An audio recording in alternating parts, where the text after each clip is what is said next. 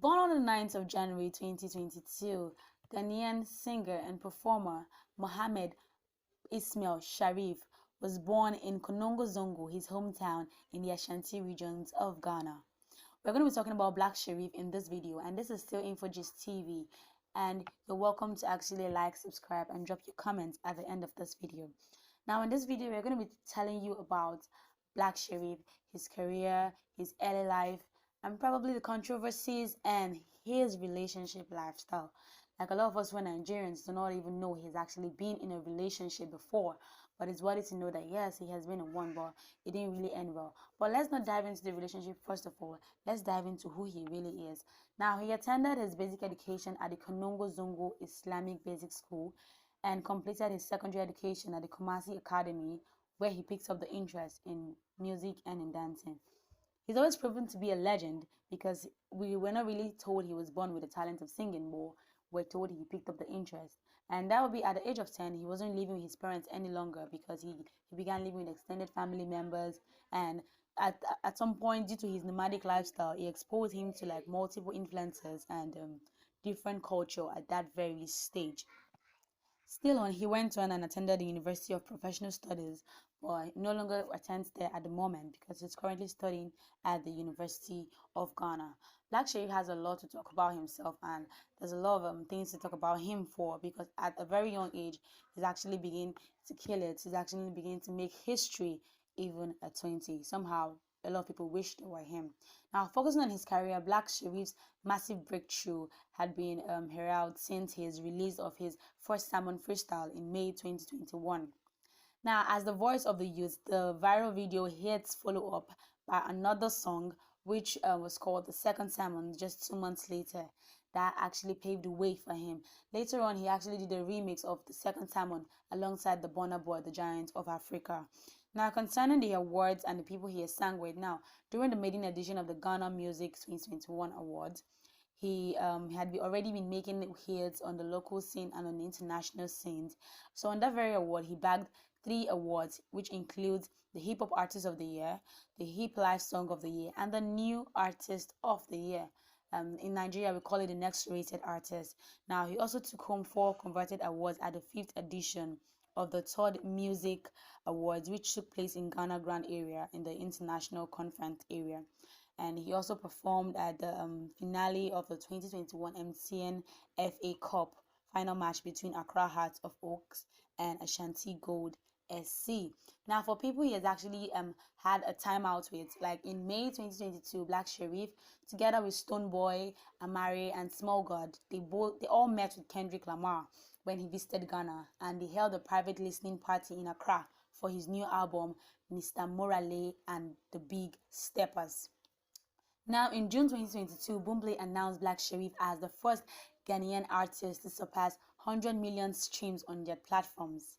And also in 2022, DJ Khaled shared videos of him jamming to Black Sharif's global hit, the Kwako the Traveler, and he was captioning it as the music that touches the soul. And early also this year, we also got to see on Twitter where the richest man in the world, Elon Musk, said his favorite artist was Black Sharif. We don't know if that's actually a troll, but it was on Twitter, and I think Elon Musk never came out to say otherwise, so I would believe it was true. Imagine the world richest man saying your song is actually the favorite song, or you're the favorite artist he would love. Well, a lot of people are actually working hard to get his attention. Now, in March 2022, it would interest you to know that he also made an achievement, because his song Kwako the Traveler reached #1 on the Ghanaian and the Nigerian Apple Music charts. And trust me, by August he was already killing it, as he made history as having the most Shazam song in the world across all gems, having over 200 million. That was history made at 20. God, this guy has been killing it, and trust me, he has a whole lot of things to tell people just for you to listen, and you will get to know more about Black Sharif. Now, a lot of singles has been released before now, music like Cry for Me a River, Money, the remix of Money, Destiny, First Sermon, Second Sermon, the remix, Kwako the Traveler, Always, Only FK4, Small God, and a whole lot of them. He's been releasing back to back to back, and people have actually been loving him. But like every other artist, he has his own controversies with his record label. As in 2022, on the 11th of April, actually, a lawsuit was filed against him. Now, this lawsuit was actually to restrict him from performing at events without authorization. This was actually done by his investor, Shadrach Owusi, which was the CEO of the Wayne's Consult. And he was seeking the court to restrict Black Sherif. Well, as God could have it, the lawsuit had no backing because the court actually dismissed the injunctions filed against Black Sherif, which was to prevent him from performing. And I think to an extent, the guy is also free to sing anywhere in the world, because the investor actually said that Black Sherif actually ignored him and went over to sign over another contract with some other person, which was the Empire Music, without his permission. But that's a whole lot of controversies artists are always having with their managers or their investors. Like he would actually say that Black Sherif would actually tell you he cries a lot. Yeah, because once you cry, a lot of things get to leave your mind. So I feel at this particular point when this lawsuit was filed, he really cried a lot. But however, Black Sherif has a love life that most people in Nigeria do not even know.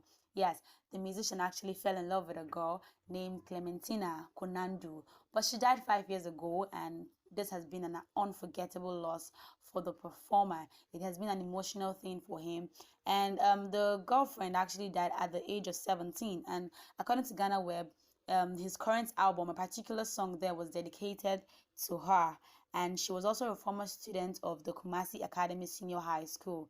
It was released that she actually died. She was among the 2 students who died of the swine flu, that the outbreak at that point in time, and she couldn't make it even after getting to the hospital, the Kwame Nkrumah University of Science and Technology Hospital. That was where she died after the incident, and this incident occurred in 2017. Now, however, in his new album, The Villain I Never Was, that has been gaining streams on social media, Black Sherif captured the death of his late girlfriend on the 12th track, titled "Oh Paradise," but I think it's pronounced "Oh Paradise" in the Ghana accent, describing his painful experience. But I'm sure hoping he's gonna love again, because he's 20, and let's just hope and pray that he gets to find real love, because forgetting about one thing about young love, once it comes to you, it gets to you and it hurts you, especially if it's your first love. So Black Sherif, a lot of love coming out from us here. We love you so much. We love your music, we love everything. Do well to stay on this InfoGist TV, do well to like, do well to subscribe, and do well to drop a comment after watching this video. Thank you very much.